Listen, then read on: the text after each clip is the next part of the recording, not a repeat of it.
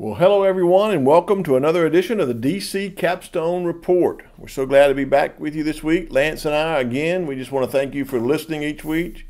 It is a privilege to get to do this and to have so many listeners out there. Just our numbers keep growing each week, and we just really appreciate all of you that take part in listening and being a part of this DC Capstone Report family. So this week on the podcast, in our first segment, we're going to take a look and review the Mississippi State game, and we're going to name our offensive, defensive, and special team standout players of the game in our first segment this time. In our second segment, we're going to concentrate on the injury to Tua and life after Tua for Alabama football this year. In our third and final segment, we're going to preview the upcoming game against Western Carolina. You're listening to the DC Capstone Report. The DC Capstone Report is featured each Tuesday morning on the Martin Houston Show at Tide 100.9. You can listen live at Tide100.9.com. Well, here in our first segment, we're going to review the game against Mississippi State, and we're going to change a little format this week and go ahead and give our standout players of the game in this first segment so that we can concentrate on the second segment of what everybody out there is talking about this week, and that is the injury that took place to our great quarterback Tua Tagovailoa in this game against Mississippi State. Well, I want to say just the game against Mississippi State will be known for the injury to Tua, but I want to talk about other issues, other things that were really good for Alabama in this first segment and while we review this game, and then we'll concentrate solely in the second segment on Tua's injury.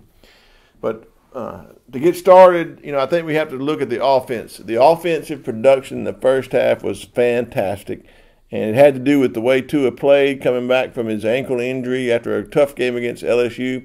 He played really well. His passes were spot on. It looked like he was doing good up until he sustained his injury late in the first half. But the one thing I think that got lost after the injury took place was how great the offense did in this game. Came out with a great game plan. Looked like to run the ball and to pass to the running backs out of the backfield. And so my offensive standout player of this game, when we're reviewing this on offense, had to be Najee Harris. Najee Harris had the best game of his career in the first half.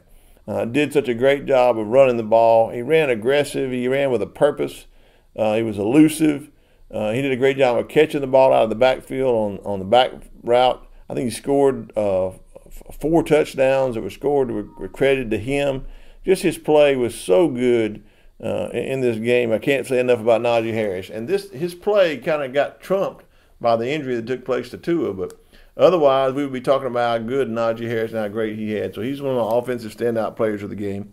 Another offensive standout player of the game had to be Jedrick Wills. Jedrick Wills did a great job in this game, protecting the quarterback in the first half and in the second half. And he also was a devastating run blocker. He on that edge. That was the way that Tua threw the touchdown pass to Najee Harris down that right side because of some great blocking that took place by Jedrick Wills. And then when Najee ran the ball behind Jedrick Wills and Deontay Brown, it looked like Jedrick Wills just mauled his man. And I'm talking about a big, healthy defensive line of Mississippi State who really played a very aggressive game. In my opinion, more aggressive than LSU played against Alabama. So I really have to give Jedrick Wills credit. So overall, the review of the Mississippi State game on offense, we really did good running the ball. We limited our mistakes and turnovers in the first half.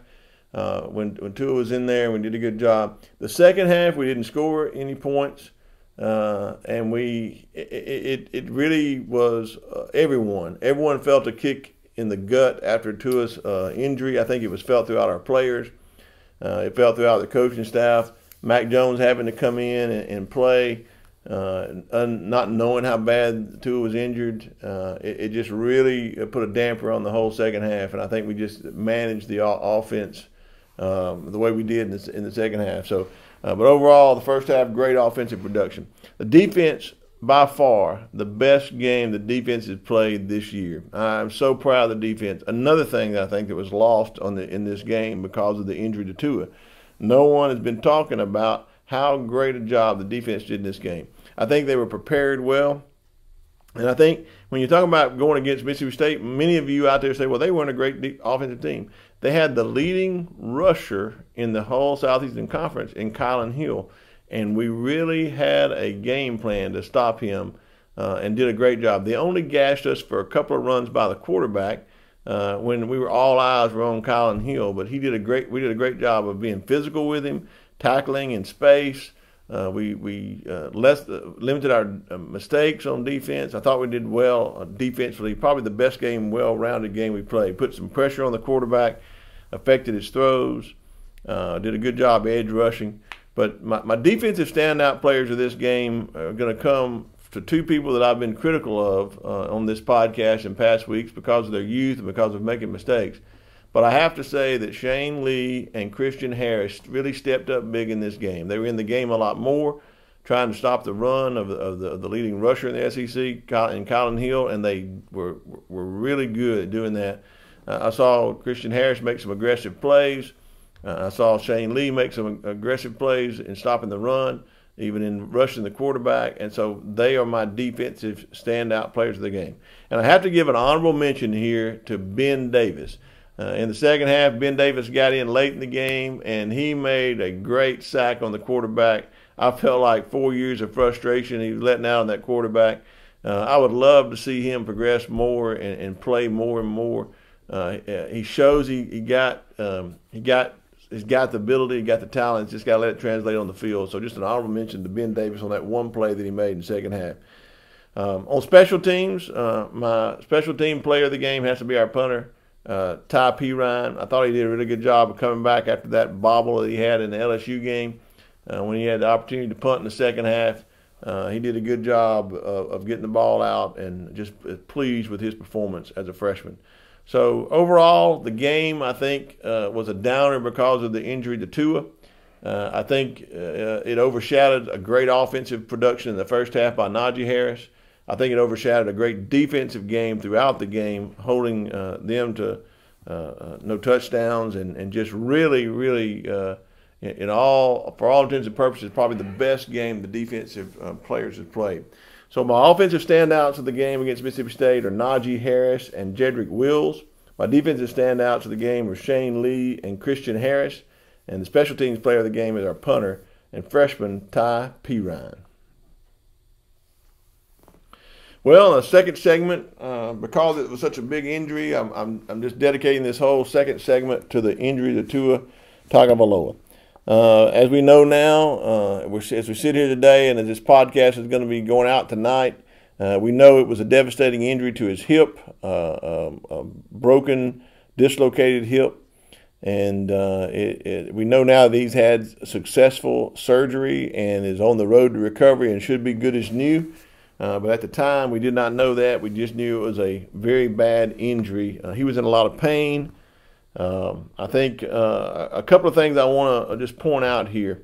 This injury is a bad injury. It was a similar injury to that Bo Jackson, former Heisman Trophy winning running back out of Auburn University, suffered in the pros in that game against Cincinnati Bengals, where he was tackled from behind. All the pressure came down on his leg, his knee hit, and dislocated his hip.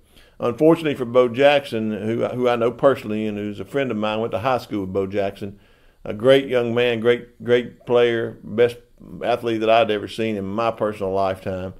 Unfortunately for him, his leg was dislocated for a longer period of time, which he developed a necrosis of the joint because of a lack of blood flow and nerve tissue. And so he was never the same after that. So I want to point out in this game, when Tua had this injury, we have the best training staff in America, no doubt. I mean, I've spoke about our trainers, and I'm talking about from a head trainer all the way down to the trainers that are on the field that are working. We have the best training staff in the nation. And I believe that it was the quick acting, the quick thinking on our trainers that helped get that dislocated hip back more in alignment to allow the blood flow to the hip. It was the fast acting of getting him to the hospital to begin treatment. And it was our medical staff, our surgeons, who could have done the surgery there in Birmingham, doing the due diligence and research and to find out that there was a surgeon in in Texas, I believe Houston, Texas, where they could get him to. They had performed over 4,000 of these successful surgeries, and so the fast acting on our trainers.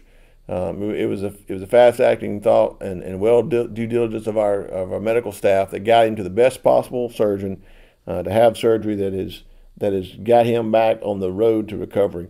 Now, there's been an awful lot of speculation about should Tua have been playing, if we would have taken him out sooner, but what would have happened if he hadn't played that last series. There's been some speculation that the decision already been made to take him out, and he lobbied to go back in the game. Coach Saban said he wanted to put him back in the game to do that 2-minute drill there at the end of the half. Well, look, there's a lot of speculation. There's a lot of ifs, and you can second guess, and I do my fair share of that on this podcast, second guessing decisions. But I'm not going to second guess this decision. You can. There's nothing wrong with it, but we can't go back and undo it right now. If this, if that. My Uncle Bud, as he raised me, taught me a valuable lesson when I was trying to second guess myself on some things and talking about if this and if that. He said, son, if ifs and buts were candy and nuts, we'd all have a Merry Christmas. And what he's talking about is it's all hindsight. You can make decisions that because you know the bad outcome. But I think this young man was a competitor and he wanted to play. I don't think sending him back, playing him in this game was wrong at all. I think playing him in this game was what we should have done. He was able to play. He certainly showed in the first half he was capable and ready, doing so good, throwing the ball. I think he worked hard to play. He's a competitor and wanted to play. He didn't want to sit the bench for this game against Mississippi State. So I think the decision to play him this game, his play on the field, shows that was the right decision.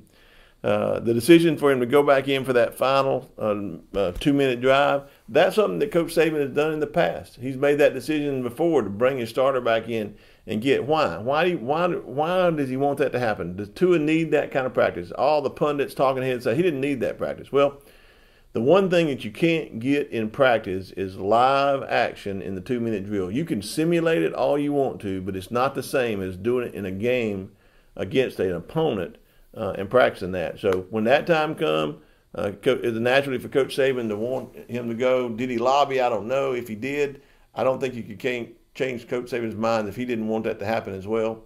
I think they found an opportunity presented itself, allowed him to go back in to work the 2-minute drill, and it didn't work out to our advantage. And you can talk about, was his, if that, or was he in good position? Could he gotten away if he'd been ankle been better? It doesn't matter. When 600 pounds of humanity comes down on you at just the right angle, and your knee hits the ground like that, something's got to give. And in this situation, it was his hip. It's done.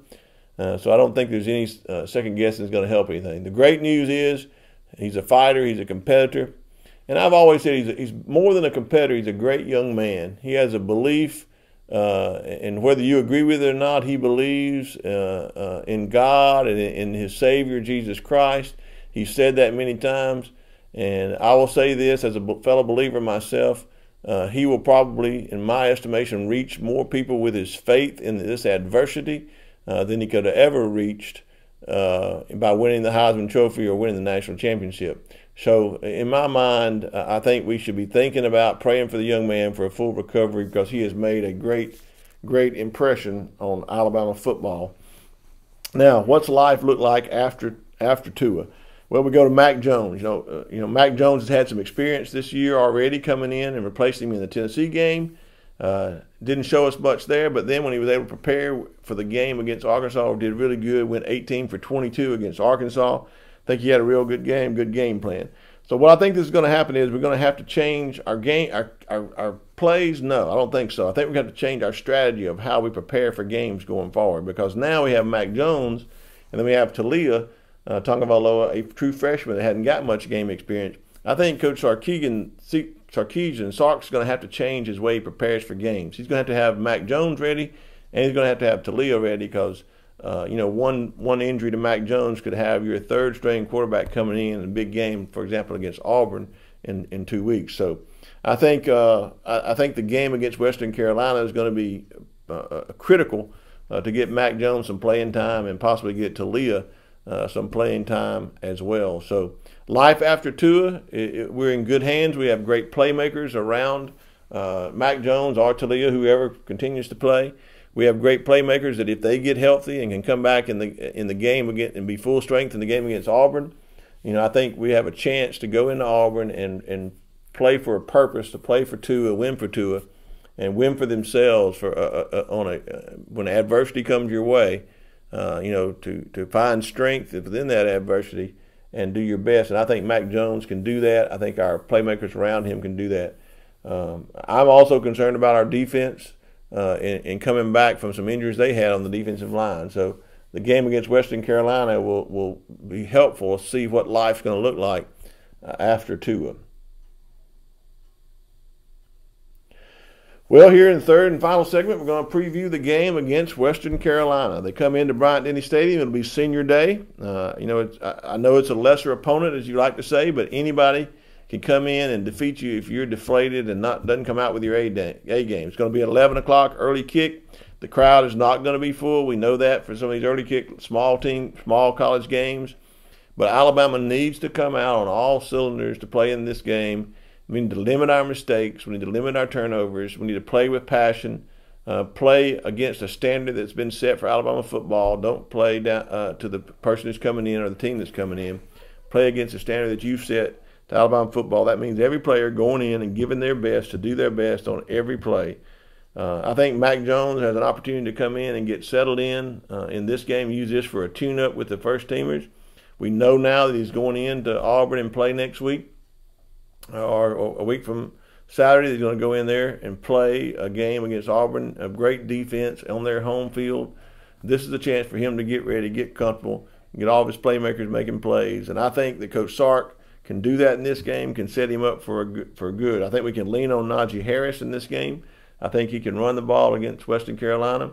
I believe Mac Jones can make some short throws, get him started, get him well into the game, and have a game against a Western Carolina to get him tuned up for Auburn. I think if we're going to have it, it's always good to have this opponent before Auburn's for Mac Jones to get settled in, get dialed in on offense. So on defense, in order to preview what we need to do, Western Carolina's going to come in and run a lot of options, something we're not used to. I think Shane Lee, I think Christian Harris are going to have to be honed in on who's got the ball, who they have, who they're going after in the option game, in order to slow down and stop their running attack.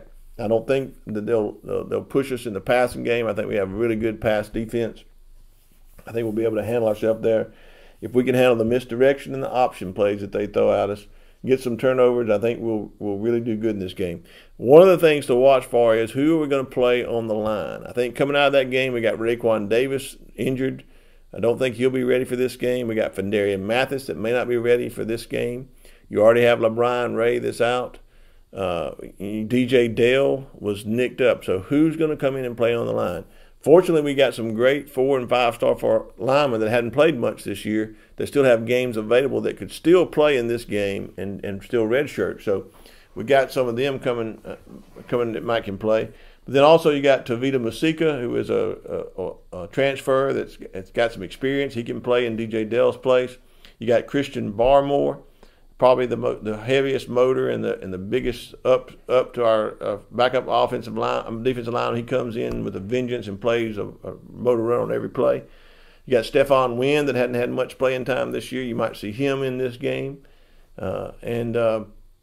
you've got some opportunities here to get some players into the game to play on the defensive line that haven't played this year. So I look for that. I look for also maybe see Christian Harris and Shane Lee now have some help in the middle with Ali Cahoe and Markel Benton in this game. I believe they're going to be running side to side, sideline to sideline with this option game that's coming against us. So you might see Ali Cahoe and Markel Benton play in this game more. Should we need them, I think we behind Terrell Lewis and Anthony Jennings, you got Chris Allen that can play, and then you got Ben Davis, and it looks like Jerez Parks is the guy that came in the game against Mississippi State and played too. So defensively, if we stay at home, watch the options, I think we'll do well. I just look for this game to be a game as a stepping stone to get us ready to play Auburn. You never take any team lightly, but Western Carolina, if we go out and play, we should be able to defeat them with our backup quarterback. And we don't have to have a great game to win this game. I think we have to have a great game to get us ready to play Auburn, though. So I look for us to come out in this game, hit on all cylinders, And in the end, I believe Alabama wins this game, and I don't believe it's a contest. I think Alabama wins this game 52-10. Well, that's all this week for the DC Capstone Report. Thank you all for tuning in. Again, Lance and I appreciate you. We thank you. And we're just overwhelmed with the number of viewers that we've had on our past podcasts. So until next week, this is DC with the DC Capstone Report, and roll tide.